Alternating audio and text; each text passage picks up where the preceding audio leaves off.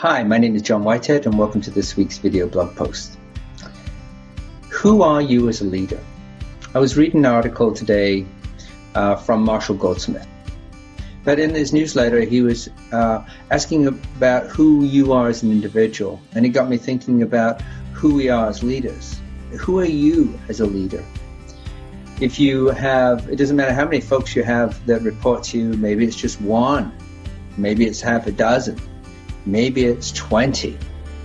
You are in a leadership role. You're being looked on as a leader. You model for your direct reports what you want leadership to be. So who are you fundamentally as a leader? Where does that come from? How do you behave in that leadership role? Where does that come from? You may have had mentors in the past yourselves.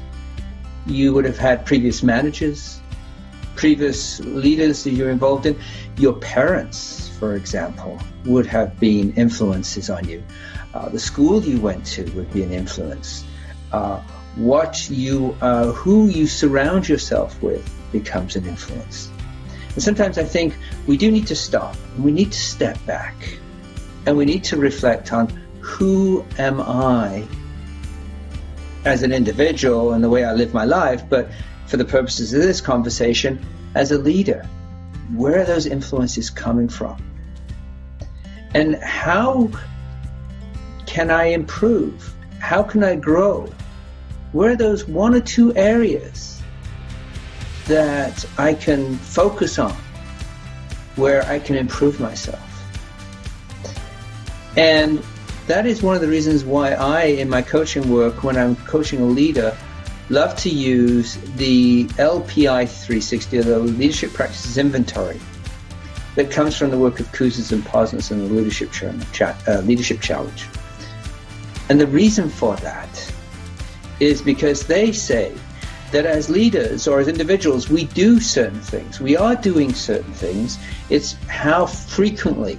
I mean, we wouldn't be in a leadership role if we hadn't been doing some certain things. But how frequently do we do them? And that's based on that, how can we improve that frequency? How we can improve those frequencies of doing those positive things and maybe reducing the things that we're doing that are negative, right? And the LPI 360 shows that. And then we can put it into practice. But think about the other influences that are around us. Our manager, for example, the person we report to, what's the influence there? Is that a point of a challenge for you, a point of contention? Is that a bit of a challenge? How do you work around that? Often we talk about leadership and management as managing down, right? But there's also that managing up. There's also how we work with our own managers and our own leaders. Those are some questions.